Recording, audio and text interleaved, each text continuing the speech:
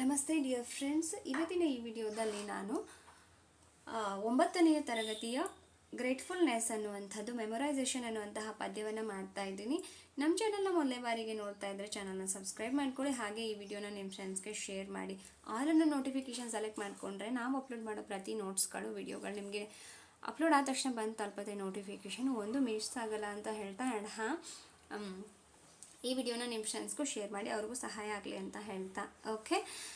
And ಈಗ ಈ ವಿಡಿಯೋನ ಪರಿಪೂರ್ಣವಾಗಿ ನೋಡಿ. ಈ ಪದ್ಯವನ್ನು ನಾನಿಲ್ಲಿ ಮಾಡ್ತಾ ಇದ್ದೇನೆ. ಓಕೆ. ಆ್ಯಂಡ್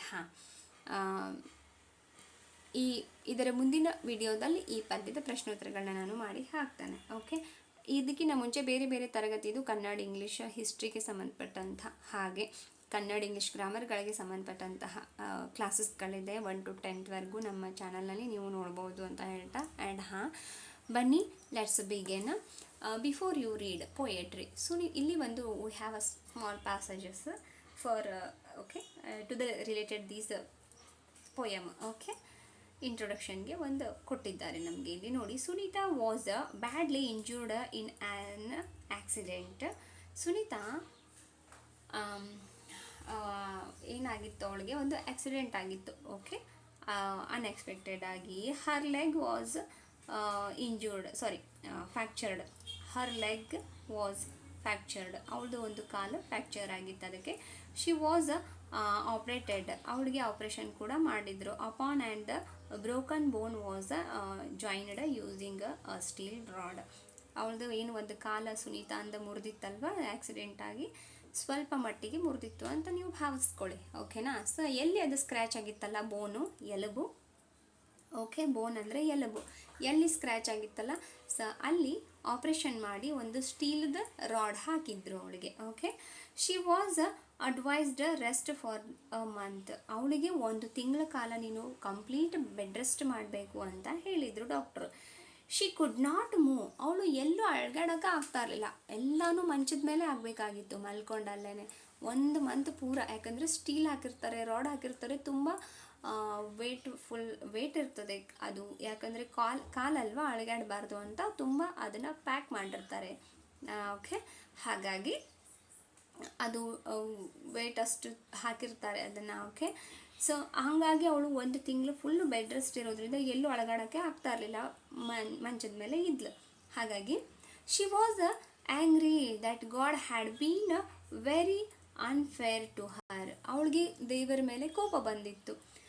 ಮತ್ತು ಅವಳು ದೇವರಿಗೆ ನನ್ನ ಮೇಲೆ ಪ್ರೀತಿ ಇಲ್ಲ, ಕರುಣೆನೇ ಇಲ್ಲ ಅಂತ ಅವಳಿಗೆ ಬೇಜಾರಿತ್ತು ದೇವರ ಮೇಲೆ. Her friend Anjali comforted her saying that she should look at those who.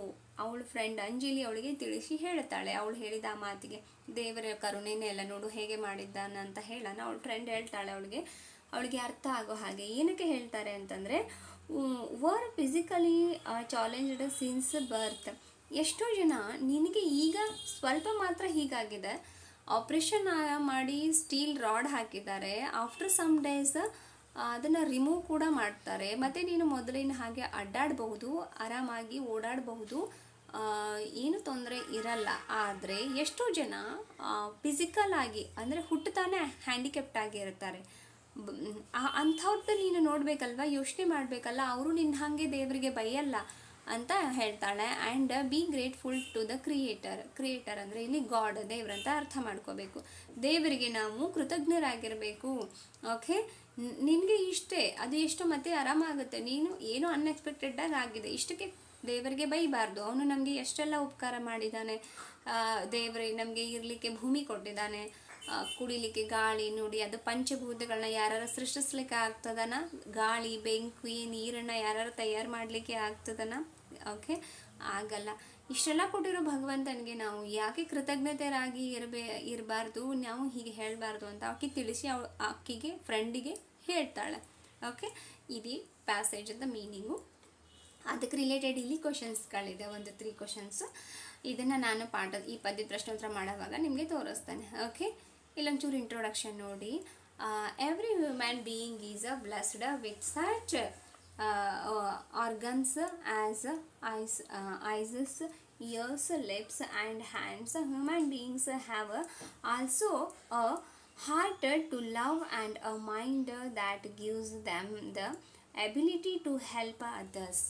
Okay, ಇಲ್ಲಿ ಎವ್ರಿ ಹ್ಯೂಮನ್, ಪ್ರತಿಯೊಬ್ಬ ಮನುಷ್ಯನೂ ಕೂಡ ಆಶೀರ್ವಾದ ಪಡ್ಕೊಂಡಿದ್ದಾನೆ, ಬ್ಲೆಸ್ಸಿಂಗ್ಸ್ ಪಡ್ಕೊಂಡಿದ್ದಾನೆ ದೇವರಿಂದ. ಯಾವ ಥರ ಅಂತಂದರೆ, ಆರ್ಗನ್ಸ್ ಇದೆ, ಎಲ್ಲ ಆರ್ಗನ್ಸ್ಗಳು ಚೆನ್ನಾಗಿ ಕೆಲಸ ಮಾಡಿದ್ರೆ ಒಬ್ಬ ಮನುಷ್ಯ ಚೆನ್ನಾಗಿ ಬದುಕಲಿಕ್ಕೆ ಸಾಧ್ಯ. ಒಂದು ಆರ್ಗನ್ ಏನಾರು ಕೆಲಸ ನಿಲ್ಲಿಸಿದ್ರೆ, ಓ ಮೈ ಗಾಡ್, ಐ ಥಿಂಕ್ ಎವ್ರಿಥಿಂಗ್ ಪ್ರತಿಯೊಂದು ಚೇಂಜ್ ಆಗೋ ಚಾನ್ಸಸ್ ಇರ್ತದೆ. ಸೊ ಹಾಗಾಗಿ ನೋಡಿ, ನಮಗೆ ಎಷ್ಟು ಎಲ್ಲ ಆರ್ಗನ್ಸ್ಗಳಿದೆ ಏನಿದೆಯಲ್ಲ, ಕಣ್ಣಿರ್ಬೋದು, ನಮಗೆ ಕೇಳೋ ಕಿವಿಗಳಿರ್ಬೋದು, ಮಾತನಾಡಲಿಕ್ಕೆ ಸಹಾಯ ಆಗೋ ತುಟಿಗಳಿರ್ಬೋದು, ಕೈಗಳಿರ್ಬೋದು, ಕಾಲುಗಳಿರ್ಬೋದು, ಒಂದು ಸ್ಥಳದಿಂದ ಒಂದು ಸ್ಥಳಕ್ಕೆ ಹೋಗಲಿಕ್ಕೆ, ಆ್ಯಂಡ್ ನೋಡಲಿಕ್ಕೆ ಕಣ್ಣುಗಳಿರ್ಬೋದು, ಯೋಚನೆ ಮಾಡೋ ಯೋಚನಾ ಶಕ್ತಿ ಇರ್ಬೋದು, ಮನಸ್ಸಲ್ಲಿರೋ ಪ್ರೀತಿ ಇರ್ಬೋದು, ದಟ್ ಈಸ್ ಆಲ್ ಅಲ್ವಾ. ಅದೆಲ್ಲ ದೋಸ್ ಆಲ್ ನಮಗೆ ತುಂಬ ಸಹಾಯ ಆಗ್ತದೆ, ಬೇರೆಯವ್ರಿಗೆ ಸಹಾಯ ಮಾಡಲಿಕ್ಕೆ ಕೂಡ, ಒಳ್ಳೆಯದನ್ನು ಯೋಚಿಸ್ಲಿಕ್ಕೆ. ಸೊ ದ್ಯಾಟ್ ನೆಕ್ಸ್ಟ್ ನೋಡ್ರಿ, the poet says that one has to be grateful to the creator. ನಾವು ಯಾವ ಥರ ದೇವರಿಗೆ ನಿಜವಾಗ್ಲೂ ನಾವು ಕೃತಜ್ಞರಾಗಿರಬೇಕು. ಇದಕ್ಕೋಸ್ಕರ ಇಷ್ಟು ಒಳ್ಳೆಯ ಶರೀರವನ್ನು ಮತ್ತು ಬದುಕಲಿಕ್ಕೆ ನೀರು, ಗಾಳಿ, ಬೆಂಕಿ ಕೊಟ್ಟಿದ್ದಕ್ಕೆ, ಇರಲಿಕ್ಕೆ ಜಾಗ ಕೊಟ್ಟಿದ್ದಕ್ಕೆ ಭೂಮಿ ತಾಯಿಗೆ ಕೃತಜ್ಞರಾಗಿರಬೇಕು. For granting all such positions. ನಾವು ಯಾವುದೆಲ್ಲ ಪೊಸಿಷನ್ನಲ್ಲಿ ಇದ್ದೀವಿ, ಎಷ್ಟೆಷ್ಟು ಒಳ್ಳೆ ಪೊಸಿಷನ್ನಲ್ಲಿ ಇದ್ದೀವಿ, ಇಷ್ಟೆಲ್ಲ ಸ್ಥಾನಮಾನ ಕೊಟ್ಟಿರೋ ಭಗವಂತನಿಗೆ, ಇಷ್ಟೆಲ್ಲ ಕೊಟ್ಟಿರೋ ಭಗವಂತನಿಗೆ ಒಂದು ಗ್ರ್ಯಾಟಿಟ್ಯೂಡ್ ಬೇಕಲ್ವಾ, ಅದು ಹೇಳ್ತಾರೆ ಇಲ್ಲಿ. He suggest that good and positive use of the organs and the grace of the creator be mind. ಇಲ್ಲಿ ಹೇಳ್ತಾರೆ ದೇವರಿಗೆ ನಾವು ಗ್ರೇಸ್ಫುಲ್ ಆಗಿರಬೇಕು, ಗ್ರೇಟ್ಫುಲ್ ಆಗಿರಬೇಕು, ಥ್ಯಾಂಕ್ಸ್ ಹೇಳಬೇಕು, ಕೃತಜ್ಞತೆ ಹೇಳಬೇಕು ಅಂತ. ಓಕೆ, ಸೊ ಐ ಹೋಪ್ ನಿಮ್ಗೆ ಅರ್ಥ ಆಯಿತು ಅಂತ ಭಾವಿಸ್ತೇನೆ. ಟರ್ನ್ ಪೇಜ್ ನಂಬರ್ ನೆಕ್ಸ್ಟ್ ಏನಿದೆ ನೋಡಿ, ಪದ್ಯ gratefulness memorisation. Okay, so Joseph T Renaldi ಅವರು ಬರೆದಿರ್ತಕ್ಕಂತಹ ಪದ್ಯ ಇದು. ನೋಡಿ, ಪದ್ಯ ಸ್ಟಾರ್ಟ್ ಮಾಡೋಣ. I am grateful for the eyes that I can see, the activities that can be done by me. ನನ್ನಿಂದ ಉತ್ತಮವಾದಂತಹ ಕೆಲಸಗಳನ್ನ ಮಾಡಲಿಕ್ಕೆ ನನಗೆ ಸಹಾಯ ಮಾಡ್ತಾ ಇರ್ತಕ್ಕಂತಹ, ನನಗೆ ಹೊರಗಡೆದನ್ನೆಲ್ಲ ಚೆನ್ನಾಗಿ ನೋಡಲಿಕ್ಕೆ, ಸುಂದರವಾದ ಪ್ರಪಂಚ ನೋಡ್ತೀವಿ ಅಲ್ವಾ, ಕಣ್ಣುಗಳಿರೋದ್ರಿಂದ ಅದು ಸಾಧ್ಯ ಅಲ್ವಾ.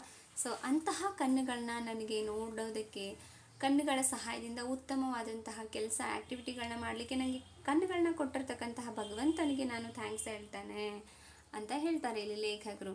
ಓಕೆ, ನೆಕ್ಸ್ಟ್ ನೋಡ್ರಿ, I am grateful for the ears that I May.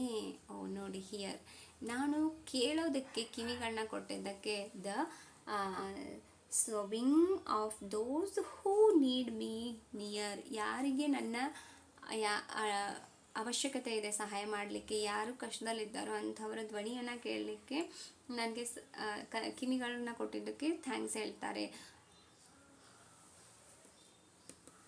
Next ನೋಡಿ, I am grateful for the lips that might speak. ಮಾತಾಡೋದಕ್ಕೆ ನನಗೆ ತುಟಿಗಳು ಸಹಾಯ ಮಾಡ್ತಾ ಇದೆ. ಯಾವ ಥರ ಮಾತಾಡೋದು? Words of comfort and peace to all who sick. Okay, ಯಾರು ಕರುಣೆಯಿಂದ, ದಯೆಯಿಂದ, ಶಾಂತಿಯಿಂದ, ಪ್ರೀತಿಯಿಂದ ಮಾತನಾಡಲಿಕ್ಕೆ, ಒಳ್ಳೊಳ್ಳೆ ಪದಗಳನ್ನ ಮಾತನಾಡಲಿಕ್ಕೆ ನನಗೆ ತುಟಿಗಳನ್ನ ಕೊಟ್ಟಿದ್ದಾನೆ ಭಗವಂತ. ಸೊ ದ್ಯಾಟ್ ನಾನು so that purpose I am so grateful for the creator. Okay, ಈ ಥರ ಲೇಖಕರು ಹೇಳ್ತಿದ್ದಾರೆ. I am grateful for mind that I might now how to aid those who need me so. Okay, who need me so. Okay, ಯಾರಿಗೆ ನನ್ನ ಅವಶ್ಯಕತೆ ಇದೆಯೋ, ಯಾರಿಗೆ ನಾನು ಸಹಾಯ ಮಾಡಬೇಕಾಗಿದೆಯೋ, ಕಷ್ಟದಲ್ಲಿ ಇದ್ದಾರೋ ಅವ್ರಿಗೆ ನಾನು ನಿಜವಾಗ್ಲೂ ಸಹಾಯ ಮಾಡಲಿಕ್ಕೆ, ಒಳ್ಳೆ ಥರ ಯೋಚನೆ ಮಾಡಲಿಕ್ಕೆ ನನಗೆ ಮೈಂಡ್ ಕೊಟ್ಟಿದ್ದಾನೆ ಭಗವಂತ. ಸೊ ಹಾಗಾಗಿ ನನಗೆ ಥ್ಯಾಂಕ್ಸ್ ಹೇಳ್ತಾರೆ ಅವರು, ಭಗವಂತನಿಗೆ ಥ್ಯಾಂಕ್ಸ್ ಹೇಳ್ತಾರೆ. ನೆಕ್ಸ್ಟ್ ನೋಡಿ, I am grateful for, next ಏನಿದೆ ಪದ್ಯ ನೋಡಿ, I am grateful for the hands that I might do some arduous or simple task for you. Okay, ಯಾರಿಗಾದ್ರೂ ನಿಮಗೆ ಅಂದರೆ ಯು ಅಂತಂದರೆ ಇಲ್ಲಿ ಎಲ್ಲರೂ ಅಂತ ಅರ್ಥ ಮಾಡ್ಕೋಬೇಕು. ಲೇಖಕರು ಹೇಳ್ತಿದ್ದಾರೆ ನಮಗೆ. ಓಕೆ, ಯಾರಿಗಾರ ಸಹಾಯ ಮಾಡಲಿಕ್ಕೆ, ಒಳ್ಳೊಳ್ಳೆ ಕೆಲಸಗಳನ್ನ ಮಾಡಲಿಕ್ಕೆ, ಅದು ಕಠಿಣ ಇರಲಿ ಅಥವಾ ಸುಲಭವಾದಂತಹ ಕೆಲಸಗಳನ್ನ, ಟಾಸ್ಕ್ಗಳನ್ನ ಮಾಡಲಿಕ್ಕೆ ನಮಗೆ ಕೈಗಳು ಸಹಾಯ ಮಾಡ್ತವೆ. I am grateful for the ability to always a prayer.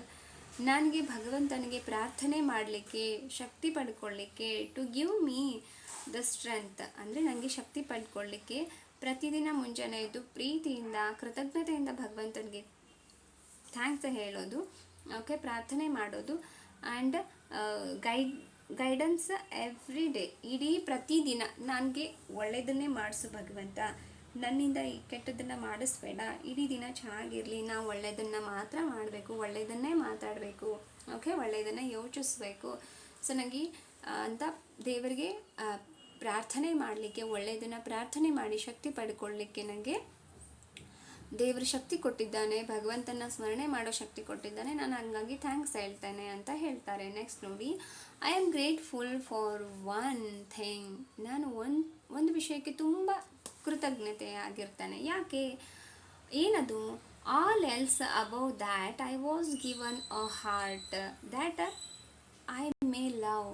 ಯಾರನ್ನಾರು ನನ್ನ ಪ್ರೀತಿ ಮಾಡ್ಬೋದು, ಎಲ್ಲರನ್ನ ನಾನು ಒಳ್ಳೆ ಮನಸ್ಸಿಂದ, ಆಲ್ ಎಲ್ಸ್ ಅಬೌವ್, ಎಲ್ಲವನ್ನು ನಾನು ಪ್ರೀತಿಯಿಂದ ಪ್ರೀತಿ ಮಾಡಲಿಕ್ಕೆ, ಗೌರವಿಸಲಿಕ್ಕೆ, ತುಂಬ ಹೃದಯದ ತುಂಬ ಒಳ್ಳೆಯ ಹೃದಯವನ್ನು, ಒಳ್ಳೆಯ ಪ್ರೀತಿಯನ್ನು ಭಗವಂತ ನನಗೆ ಕೊಟ್ಟಿದ್ದಾನೆ. ಸೊ ದ್ಯಾಟ್ ನಾನು ದೇವರಿಗೆ, ದ್ಯಾಟ್ ಮೀನ್ಸ್ ಕ್ರಿಯೇಟರ್ಗೆ, ಓಕೆ, ನಾನು ಕೃತಜ್ಞಳಾಗಿರ್ತೇನೆ ಅಂತ ಇಲ್ಲಿ ಲೇಖಕರು, ಹುಡುಗರಾದರೆ ನೀವು ಕೃತಜ್ಞನಾಗಿದ್ದೇನೆ ಅಂತ ಹೇಳಬೇಕು. ಓಕೆ, ಗಂಡು ಮಕ್ಕಳಾದರೆ, ಸೊ ನೀವೇನಾದ್ರು ಲೇಡೀಸ್ ಆದರೆ, ಹುಡುಗಿಯರಾಗಿದ್ದರೆ, ಗರ್ಲ್ಸ್ ಆಗಿದ್ದರೆ ಕೃತಜ್ಞಳಾಗಿದ್ದೆ ಅಂತ ನೀವು ಕನ್ನಡದಲ್ಲಿ ಹೇಳೋದಾದರೆ, ಓಕೆ, ಈ ಥರ ಇದು ಪದ್ಯದ ಮೀನಿಂಗ್ ಇತ್ತು. ಓಕೆ, ಇಲ್ಲಿಗೆ ಈ ಪದ್ಯ ಪರಿಪೂರ್ಣ ಮುಗೀತು. ಓಕೆ, ಐ ಹೋಪ್ ನಿಮಗೆ ಪದ್ಯ ಇಷ್ಟ ಆಗಿದೆ ಅಂತ ಭಾವಿಸ್ತೇನೆ. ಇದ್ರ ಮುಂದಿನ ವಿಡಿಯೋದಲ್ಲಿ ಈ ಪದ್ಯ ಪ್ರಶ್ನೋತ್ತರಗಳನ್ನ ಮಾಡಿದ್ದೇನೆ. ಓಕೆ, ಅದು ಕೂಡ ಇದೇ ವಿಡಿಯೋ ಕೆಳಗಡೆ ಡಿಸ್ಕ್ರಿಪ್ಷನ್ ಬಾಕ್ಸಲ್ಲಿ ಲಿಂಕ್ ಕೊಟ್ಟಿರ್ತೇನೆ, ನೀವು ನೋಡಿ. Okay, thank you so much for watching this video once again until the end of this video. Okay, thank you so much. ಈ ವಿಡಿಯೋನ ನಿಮ್ಮ ಫ್ರೆಂಡ್ಸ್ಗೆ ಶೇರ್ ಮಾಡಿ, ಅವ್ರಿಗೂ ಸಹಾಯ ಆಗಲಿ ಅಂತ ಹೇಳ್ತಾ, see you in the next video in the next class. Thank you so much. Subscribe ಮಾಡ್ಕೊಳ್ಳಿ ನಮ್ಮ ಚಾನಲ್ನ. ಈ ವಿಡಿಯೋನ ನಿಮ್ಮ ಫ್ರೆಂಡ್ಸ್ಗೂ ಶೇರ್ ಮಾಡಿ. ವಿಡಿಯೋ ಕೆಳಗಡೆ ಲೈಕ್ ಬಟನ್ ಕಾಣಿಸ್ತದೆ, ವಿಡಿಯೋಗೊಂದು ಲೈಕ್ ಮಾಡಿ. Thank you so much.